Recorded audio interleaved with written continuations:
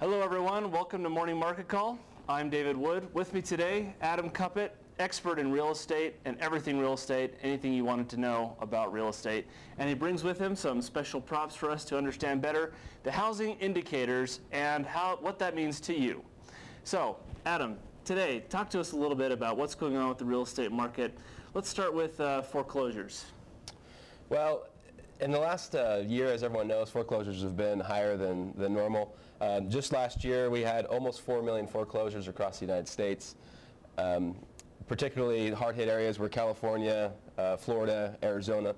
Those come up for about 30% of all the foreclosures in the United States.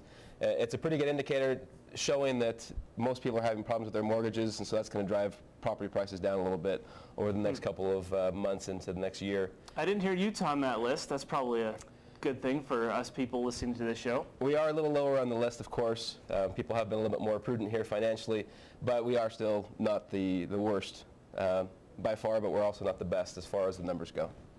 Good to know. One other thing to note as well is that in the foreclosures, about 1 in every 4 houses right now is underwater on the value of their home. So if you consider these little houses here, your typical neighborhood, these 4 are underwater, meaning that they owe more on their house than it's actually worth, meaning that could go into foreclosure pretty quickly. And some analysts are suggesting that that's going to accelerate in the next year. By the end of 2010, we may be up to about 40% of houses underwater.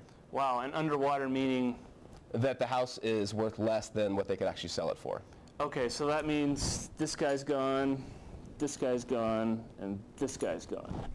Right, exactly. That's terrible. And so they have negative equity in their home, and there's really no incentive for them to stay there, so many more people will foreclose as they have here in the last couple of years. So as the market's flooded with these foreclosures, at least we have new homes that are starting, right? Talk to us about some new home starts. Well, and that's true as well. The problem with the new home starts, though, is they have been a little down in the last few months. This year particularly, we've had about 1/3 the number of home starts and permits issued compared to 2006 and 2007 during the peak of the real estate market. Just 2 days ago, the Commerce Department released numbers saying that we have a seasonalized average of about 557,000 homes starting this last year. Sounds like a lot to me. It is a lot of homes. However, it's a lot less. Like I said, it's about 1/3 of where we were just Wow. 3 years ago. One other thing to note with that as well is the weather. Also during the winter months prevents us from having a lot more home starts. We have seen a lot of permits pulled to start new homes. So you're saying that builders don't like to build in the snow and the rain and the ice? Exactly. Along with that report that the Commerce Department released, they also released some numbers regionally speaking. We know that the Northeast and the Midwest was hit particularly hard with weather in November and December of this last year, and their starts fell by 19 and 18.5% respectively, whereas the South and the West only fell marginally, and the South even rose about 3%. So if I were to take all of that into account, and this here is our housing market, you're essentially saying without new home starts, we're down to about that. Exactly. Just a couple of starts. Wow. That doesn't sound too good. So tell me about what is the CaseShiller Index of home prices? What does that mean for supply and demand?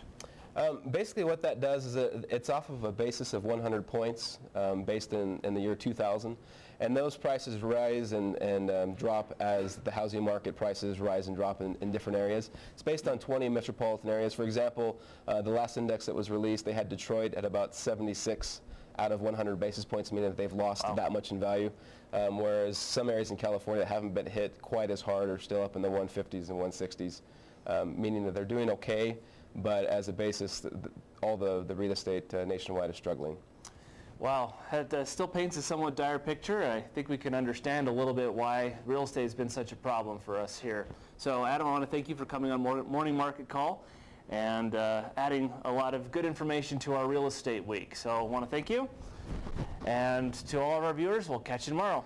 Thank you. The Morning Market Call is a production of the Marriott School of Management at Brigham Young University and is made possible by generous donations from Larry Tashjian and Gary Williams. This webcast was produced by Greg Lee, Tim Hart, Julie Kellett, and Jonathan Marucci.